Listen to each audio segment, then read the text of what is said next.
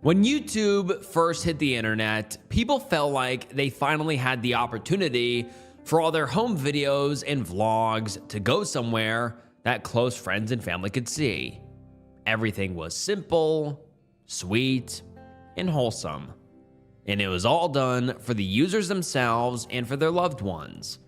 Not for views, clicks, or streams, but for the pure enjoyment of watching back their lives whenever they wanted to.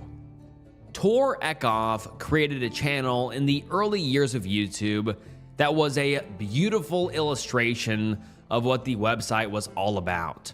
He called it Apator, which was a name inspired by two things: his name and one of his biggest interests, apes.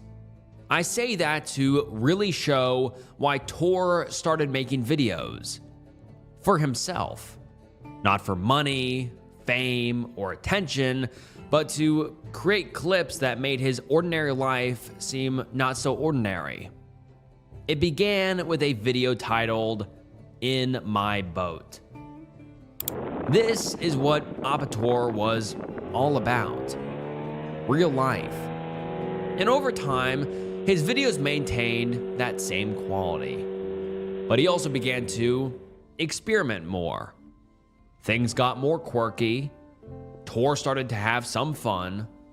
One of the earlier ones like this was titled Chainsaw.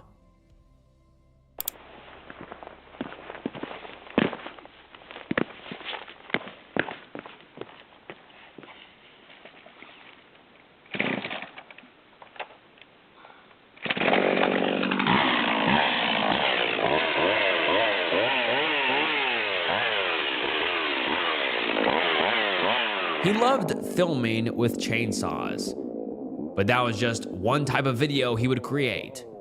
What became more common were ones that had anything to do with ice.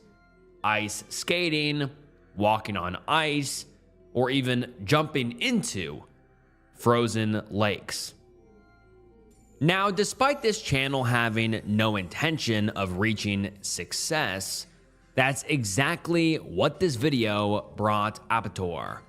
Currently, this video has 5.4 million views, and it was only the start of a massive audience that Tor had attracted through his videos. An audience that was now asking, who was this man? And he says, "My name is Tor Eckhoff. I was born in 1964. Living in Sandefjord in Norway. I am a worker in a paint factory in Sandefjord. In my free time, I am doing stuff you can see here. The profile picture is taken in 1990. I dived into the bottom of a shallow lake. Got a few stitches. I am drinking real vodka in the videos." And that's another thing that he introduces in his later videos: drinking.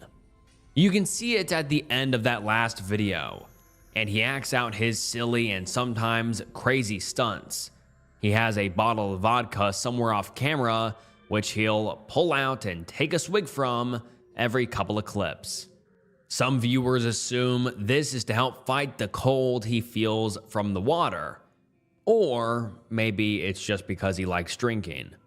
Either way, it becomes a staple of the videos. One of the things that people love about his channel. These are people that are becoming more than viewers. They're becoming dedicated fans. I never realized how much I needed a channel like Apator's. Another commenter says, "Whenever I'm having a bad day, I hop onto YouTube and watch Apator. Subscribed." And someone else says, "When I grow up, I want to be like Apator." Tor hadn't planned on anyone watching his videos. He was just living his life, having fun, and filming for the hell of it. But people loved just that. In fact, they were obsessed. And all that attention gave him opportunities that he never believed were possible for him, like getting to see his videos be included in film festivals, as well as even landing a role in an actual movie. Apator was on top of the world, but all of that success came with a price. And for Tor, that price was danger. Because part of why the channel had gotten so successful was not only the quirkiness and fun nature of his personality, but also the stunts that he would perform.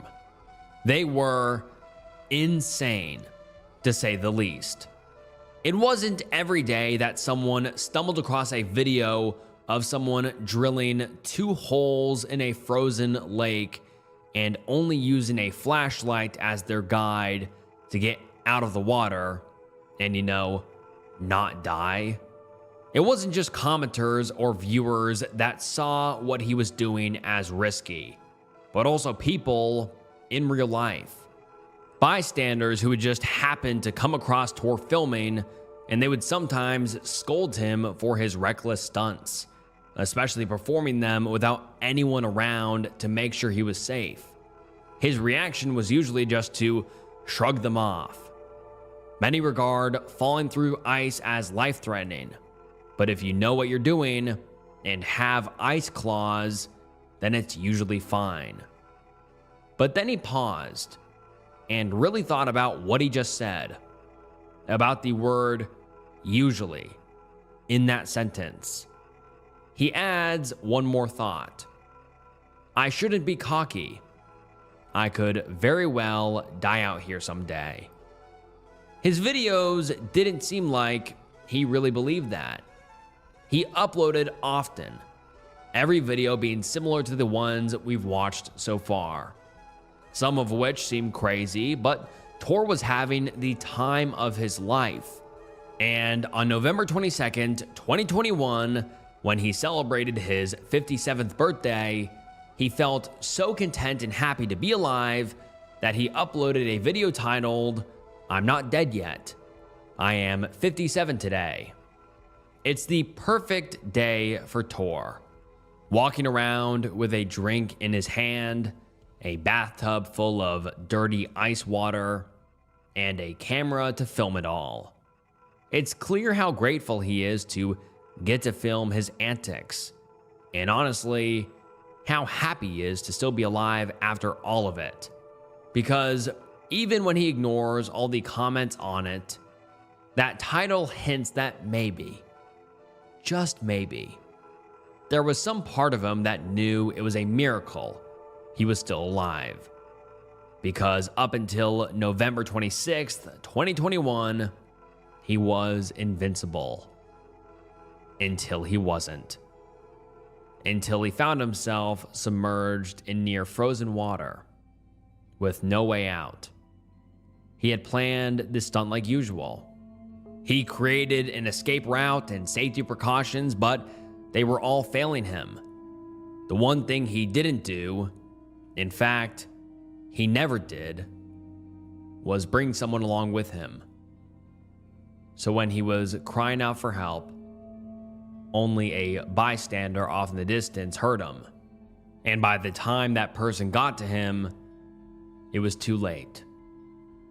Despite the efforts of them, EMTs, and hospital staff, Tor Eckhoff was pronounced dead on November 27th. The internet was stunned. His audience was left speechless, and his fans were distraught. But his memory would live on forever, because while his death was tragic and heartbreaking, it was only because he had offered something so beautiful to the internet. He gave a piece of himself to his channel. Making videos was everything to him. And he got to die doing something that he loved.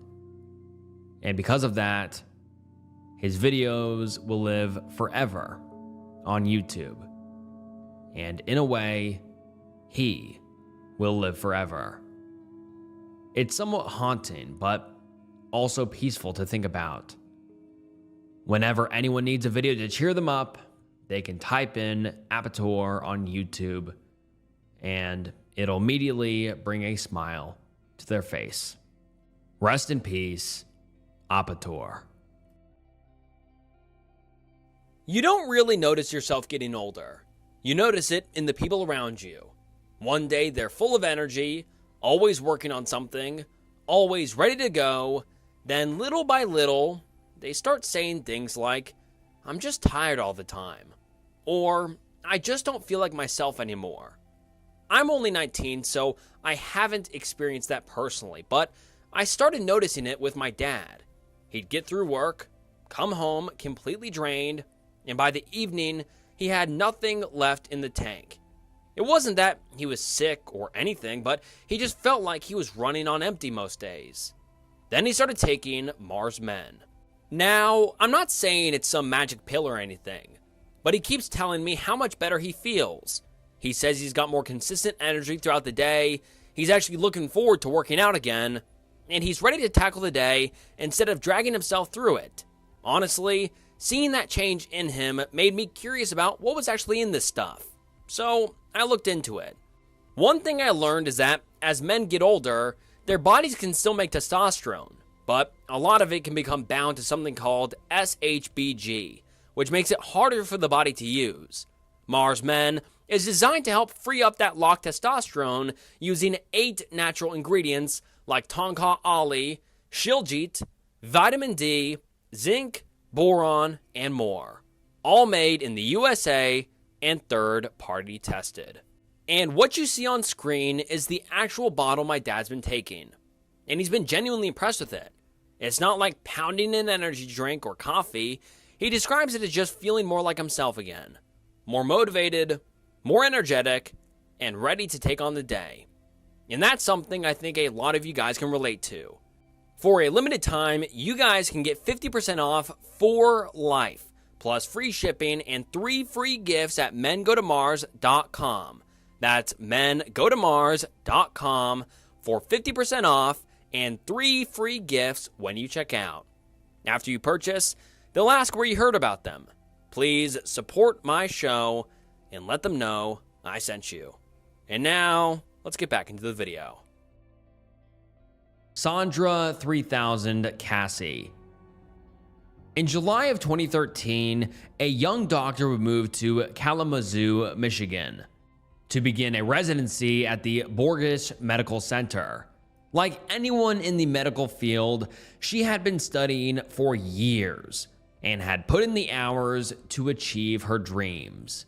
This move was not only the beginning of a new chapter, but the end of an exhausting journey as a student.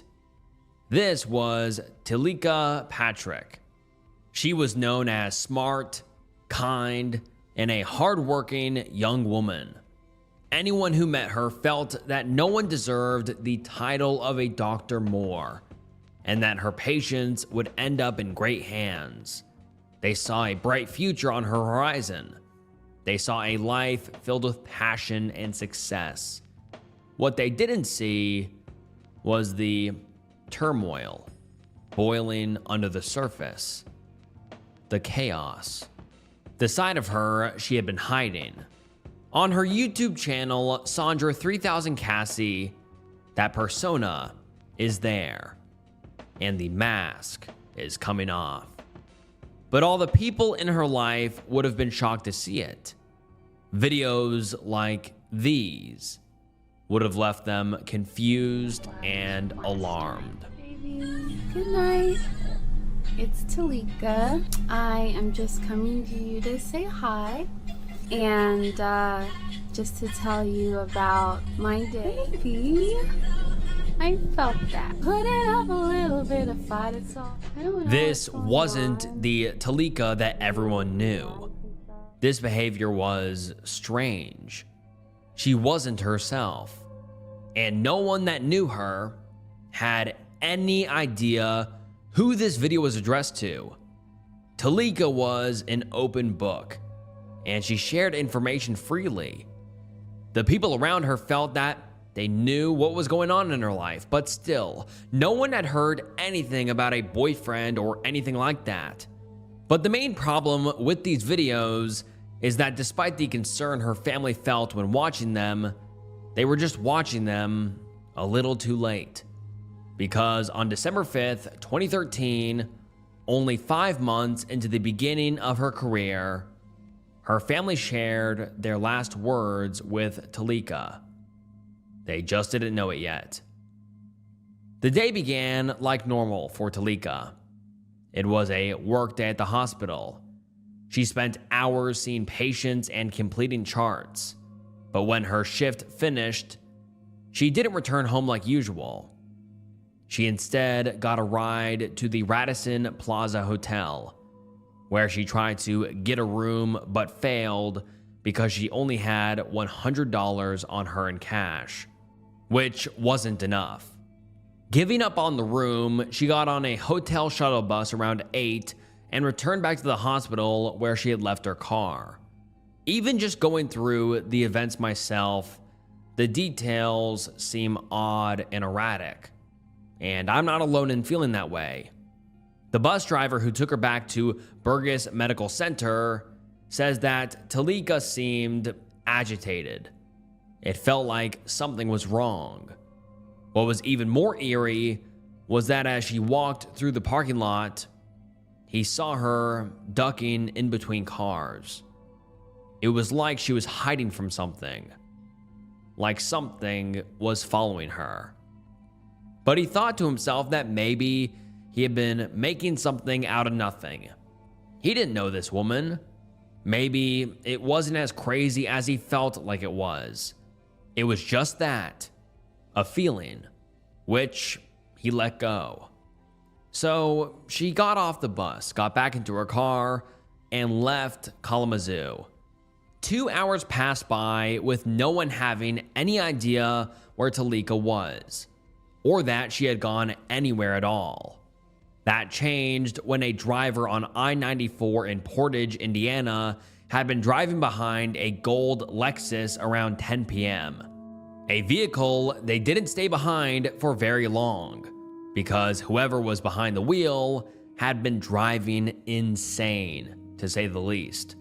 Enough so that it warranted a call to state police to report them for reckless driving. 20 minutes later, law enforcement arrived at the mile marker that the call had been placed at. They did not see a car driving erratically, but found something much, much worse. It was the gold Lexus in a ditch. Immediately, it was searched, and what was found inside was the beginning of a mystery that would last months on end. Not only were clothes and some cash found inside, but the credit cards and driver's license of Talika Patrick were all found in the vehicle. Her entire life was in the car, but Talika herself, nowhere to be found. And it would take 4 long months for her to be seen again. But in a devastating conclusion to the story that began on that cold December day, she was not found alive. It was a fisherman on Lake Charles who discovered her body on April 6th. 3 days later, an autopsy confirmed it was the body of Talika, and the cause of death was ruled as drowning. Many people didn't feel like the case was solved, though. That there were still so many unanswered questions. Still so much justice that needed to happen for Talika and her family. So people returned to the YouTube channel. And it wasn't just the video that played earlier. She had uploaded a total of 9 videos in the span of a week. All of them were directed towards a romantic interest, someone who was never actually present in any of the videos. These clips don't give any clue as to what really happened on December 5th, but they paint a picture. And law enforcement began to ask themselves, if she had been posting bizarre videos like these, was there anything else in her digital footprint that could give them an answer as to what really happened? Well, there was. When cops dug a little more, they stumbled across a Twitter account. Well, actually, multiple Twitter accounts. Usernames like CallieGirl2013, Moses Beautiful, and Talika Patrick were all accounts that she was using. All of them followed the same kind of themes and had similar posts. It was like the videos. She wrote things out that were clearly meant for someone else, someone that she was in love with, someone she believed she was in a relationship with. Some examples from CallieGirl2013 and Moses Beautiful from June and September of 2013 are this, quote, "I have just relocated to be with you, so I really hope you want me so we can be in love and get married and have a couple babies." And quote, "I'm tired of hoping and imagining. Please, baby, I want it to be real. This town is small as hell. Not much happens here. It's boring, and when I have free time, I get depressed and lonely." Then months pass, and she begins to use the account under her actual name. And on December 4th, she posts this, quote, "You reach me through a demonic portal that gives demons power over me and dilutes my spiritual authority. Please understand that I must protect myself spiritually." And one day later, on the day of her disappearance, and most likely her death, she writes this, quote, "I just activated tweet_delete on my account to automatically delete my old tweets." Then her posts were gone, and so was she. Now the police wanted to know, who was she talking to? They compiled all of the details from her videos, her Twitter, and information from friends and family, and discovered that everything added up to describe one man, Marvin Sapp. Marvin is a well-known musician and pastor who, not coincidentally, lives under an hour from Kalamazoo in Grand Rapids, Michigan. In August of 2013, he led his regular Sunday service at the church he and his wife founded, when he went into detail about a woman who had entered his home the night prior. She had not been invited, but entered anyway and talked to his 3 teenage children before being asked to leave. This was actually the last straw in a conflict that had been rising for months. It had finally come to an end when, after she came to his home, Marvin got lawyers involved and filed a restraining order, which was finalized on September 17th. In the process, he said there had been over 400 instances of this person trying to contact him, whether it through the mail, digitally, or in person. He had enough of her quite literally stalking him. This person was Talika Patrick. And when he cut ties with her is when her tweets, videos, and mental health started to spiral into something much darker. Quote, "Since coming out here and not being able to see you, I just fell into the D word. I'm not allowed to say it because of my job. And then when I got those letters in the mail, I really went down. I am certain that I was clinically D word. I was crying every day and I could barely do anything. Even now, I am still struggling. I was like, oh, I'm going to break away from you so I can feel better. But actually, tweeting is the only thing that keeps me going because it allows me to reach out to you and lets me show you love." It's at this point that it's clear Talika is not well. She is in a fantasy, or possibly a psychotic break, that is feeding this delusion that she has a relationship with Marvin. It's pretty heartbreaking to watch her grieve something that was never there to begin with. And like we saw earlier, what she is struggling with gets so much worse. It transforms from depression and sadness to paranoia. She becomes concerned about demons. She even deactivates her Twitter account. It feels obvious that all of this is connected to her behavior on that last day she was seen, that it provides an explanation for what happened. Hiding behind cars, driving like someone is out to get her, and finally entering a near-frozen lake in the dead of winter. She had lost this battle she had been having with her own mind. But some people feel as if there's more to it, that it was actually a homicide. There are many petitions that go as far to request an investigation into Marvin Sapp and any possibility that he was actually behind all of this. To think of that as an explanation for all of this is chilling, to say the least. If it were true, that man would have to be genuinely evil, especially to paint her in such a way that everyone thinks she's crazy, and to chalk it up to mental illness.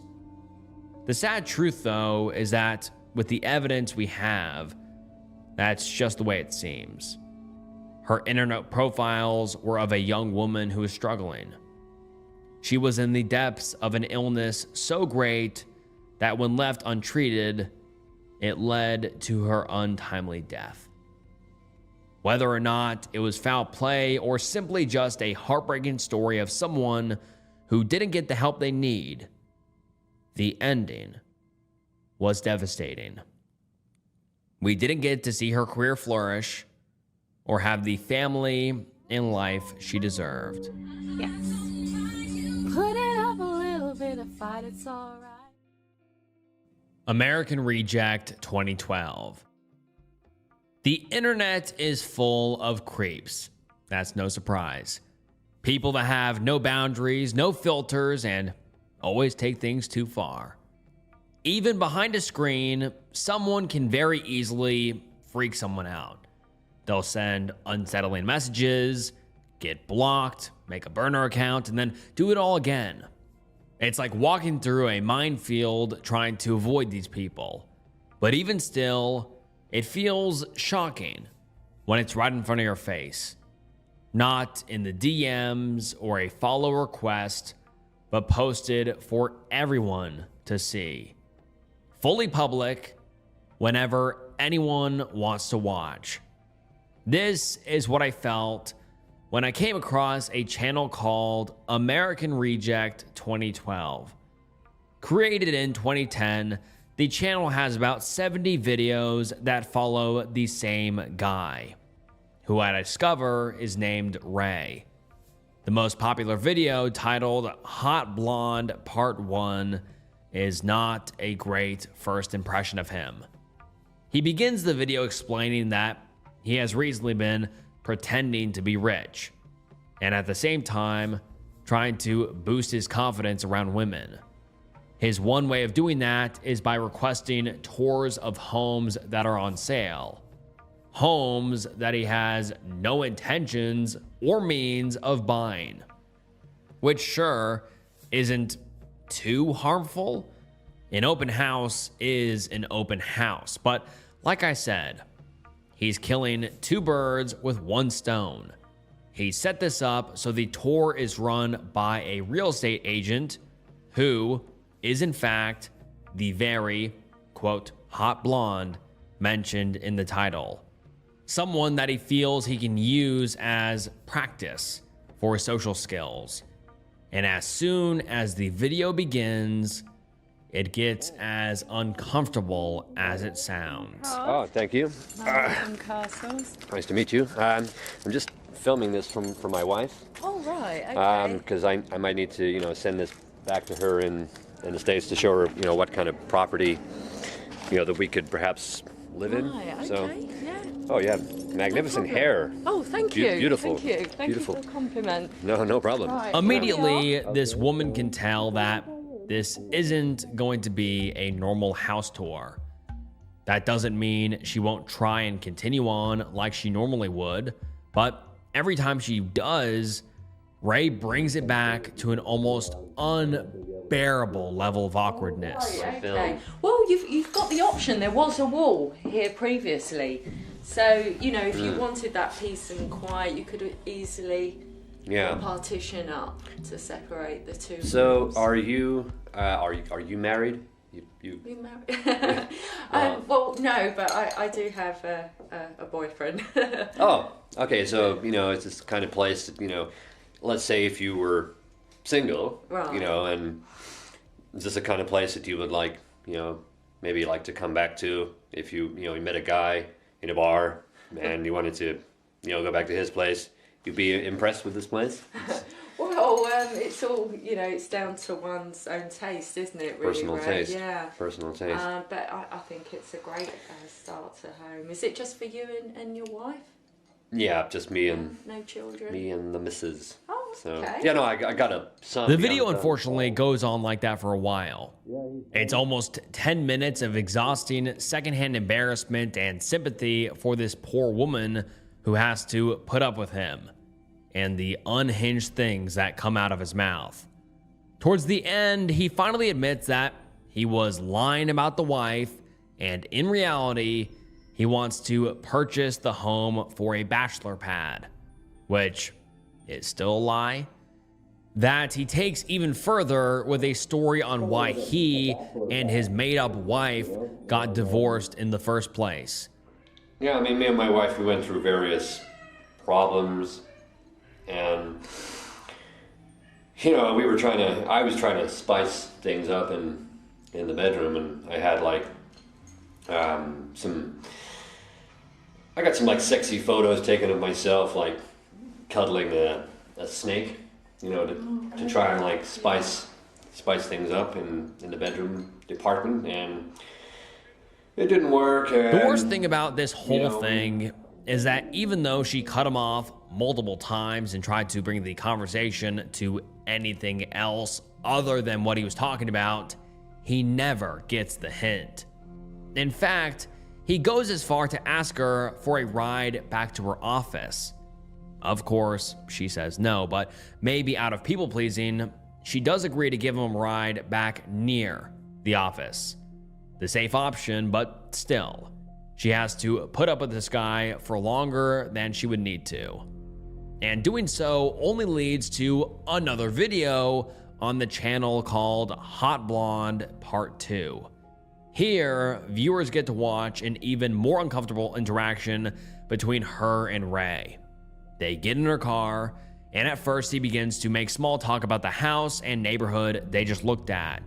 But he's really just stalling, despite the fact that she stated she has a boyfriend and gave no signs of being interested in him. He continues to try and make a move on her. He plays it off at first like an apology for coming on too strong, but then goes right into literally asking her out. It's astounding. Unbelievable how little respect he has for this woman, who is clearly so uncomfortable. And no matter how many times she says no, he still doesn't get the hint. No problem. Cool. Okay. Okay, thank you. Well, for nice coming. to meet you. And you. Well, just gonna give you a. I was just gonna give you a business like a double kiss. Oh, you know the double. I'm quite shy. You're quite shy. Yeah. Okay. Well, what is that anyway with the whole double kiss? Do you give 3 kisses? Is that too many? I don't know. Sometimes I give 3 or 4. Oh, So. right. Okay. Well, shaking hands good enough, I'm sure. Okay. Well, thanks again. You're very welcome. Pleasure to meet you. And you. And The most infuriating part about this whole thing is that he finishes the video by getting out of the car, telling the camera that he's going to think about what he did wrong. And then, lo and behold, he does not do that because there's a part 3. And in part 3, he goes over his new plan, which he has been devising for a year. A whole year. What he came up with was to have a friend call her real estate company, ask to see a house, and then he would show up instead and try to ask her out again. Luckily, or maybe on purpose, this friend of his makes a mistake and accidentally says the name Ray when requesting the showing. Although he quickly corrected and said his own name like Ray had requested he do, I think she caught on, because when he arrived at the location, someone else was there to greet him. It was a man, someone who explained that the woman he was looking for, his coworker, had been too busy and he would show him the house instead. Ray seemed to believe him, even though he was extremely disappointed his plan didn't work out. But as their conversation went on, Ray got the impression that she wasn't so busy after all. She just didn't want to be alone with him again, because this wasn't just a coworker. It was actually her brother, her older brother, who made it clear he knew exactly who Ray was and had no intention of letting him near his sister again. Yeah, she needs someone there to take care of her as well, so okay. It's nice to work together. Does her boyfriend not? Well, he doesn't work with her, does he really? Oh, so okay. Yeah, he can't be there. Yeah. So we work together and also I can take care of her, which is the right thing to do really with your little sister. I guess so, yeah. Okay, well, cool. These people aren't the only ones made uncomfortable by Ray though. Like I said, his channel has around 70 videos, each one more unsettling and frustrating than the last. The worst part is that no matter how much I watch, it never seems like Ray really understands that his behavior is wrong. Even when his comments are filled with concern and criticism, like people saying, "This transcends cringe and crosses over into pure dread," and "This is straight out of a nightmare for anyone," and also, "You came straight from every girl's nightmare." Or even when the people he approaches outright tell him he's suspicious and to leave them alone. Like in one vlog where he visits a museum, which he spends most of the video doing commentary on the statues that's ultimately just stupid and irrelevant. He doesn't have any actual opinion on the artwork. He really just creates things to talk about that give him an excuse to talk to strangers, so he can make them as uncomfortable as possible. One young woman stands up for herself after a couple of long minutes of him talking to her and her friend, and asks him to stop filming her. Immediately, he's passive-aggressive about her very simple request, and even though he does stop filming her, his reaction is still insane. Sorry. Oh, you want me to leave? Yeah. Oh, okay. Well, bye. Bye.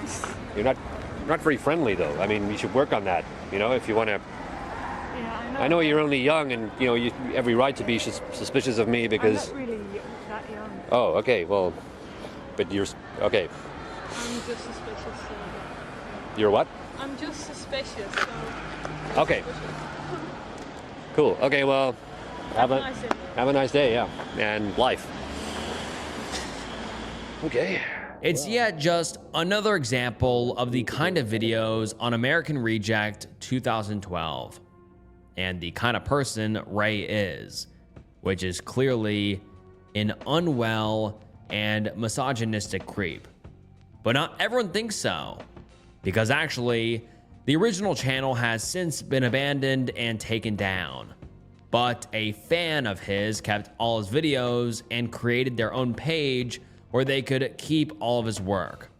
It's described as, quote, "This is a fan archive channel of the legendary American Reject 2012. I have no idea what happened to him or why his videos went down. But this website is a hollow shell without them on here. Ray, if you're even alive and you want me to take these down, please just let me know." And for an even further description, they gave this response when asked who exactly Ray was. Quote, "He was an engineer, a politician, a doctor, a philanthropist. He was the last cowboy and the end of a line of great Americans. And for all of this, he was exiled. Perhaps it was jealousy, perhaps it was fear, who knows? But he was rejected by America and left to write a new legend in the old world. This channel is an archive of his chronicles. I don't know what's more disturbing, Ray or his fans. It's terrifying to think that there are people who have watched his videos and thought, that's a great American. No. He was just a guy who made women scared. Like some of his YouTube comments said, he was a living nightmare in the form of a human. Every video is proof that he was someone who went out of his way to freak people out. And whether it's because he lacks social awareness, thinks it's funny, or is just a disturbing person, the whole thing feels sickening to watch. His last video was uploaded in 2019, which is another hard watch. Instead of awkward though, this one is more sad. Not that there's a lot of room for empathy with someone like Ray, but it is difficult to watch this as it's just 5 minutes of him spiraling and falling apart. It begins with him talking about Jimmy Savile, a well-known British DJ with a history of crimes against minors. But then it cuts right to him driving a van and updating his viewers on his life. He says he had to get a job as a delivery driver, something he's clearly not happy about. Multiple times he curses out other drivers and even the automated GPS voice. He honestly seems like a different person, but not for the better. He still seems unwell, but in a more depressed way. He just looks miserable. Like he's lost all the energy he had to go out and harass people trying to live their normal lives. But what's bizarre is how all over the place the video is. There's a couple of minutes of him driving, and then it goes right back to where he was before, sitting in a room talking about Jimmy Savile. But not just him. He also talks about a janitor that he knew as a kid, someone who did the same things that Jimmy did, and among those awful things, he was also a gay man who did some horrible activities that Ray feels the need to go into, explicit detail into. It's hard to tell what the point of it is, but it's so unsettling. The way he talks about these people, how he says others think he looks like he could be one of them because of his creepy looking mustache. It is all just eerie. And Ray is just a bizarre person, which he obviously is from the outro of the video.